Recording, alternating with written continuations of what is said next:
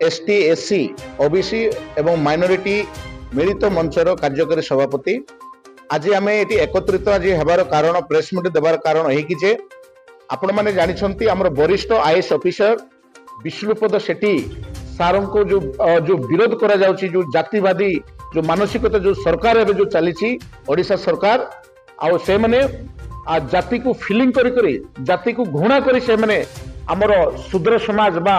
आमर दलित वर्गर वरिष्ठ अधिकारी को से जो निर्यातना दौरान मानसिक भाव में ताकू आम दृढ़ भाव विरोध करुचु आपण मैंने जानते से जड़े चीफ सेक्रेटरी होगापी योग्य किंतु तांको से चीफ सेक्रेटरी पदर वंचित करने बोली एटा गोटे षड्यंत्र करी ए मनुवादी सरकार ये जातिवादी सरकार जाशुणी माने प्रॉब्लम क्रिएट कर निर्यातना दौरान आज आम एसटी एससी ओबीसी माइनॉरिटी समाज तरफ आज आम बसलु आगामी 3 तारिख दिन आम निष्पत्ति नेचु आसंता मास 3 तारिख दिन रायगड़ा जिलार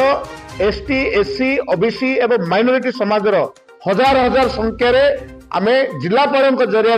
महामहिम राष्ट्रपति एवं गवर्नर को आम मेमोरेंडम प्रदान करूँ आमर अधिकारी माने आमर जो आईएएस ऑफिसर आमर आईपीएस ऑफिसर आमर ओएस ऑफिसर आमर सुरक्षित नहांती से अत्याचार करा जाउछि आउ आमको समाज को आम संदेश देवाई बोले निष्पत्ति नहींचु आम आज आह्वान देउछु आम रायगड़ा जिलावासी को समस्ते दल बल जाति निर्विशेष आमर दलित वर्गर अधिकारी मानक सुरक्षा देवाई रायगड़ा 3 तारिख दिन हजार हजार संख्यार जोग देवाई बोली मु अनुरोध करुच्ची आ पीसफुल भाव में शांतिपूर्ण भाव में से दिन आम एकत्रित दाबी पत्र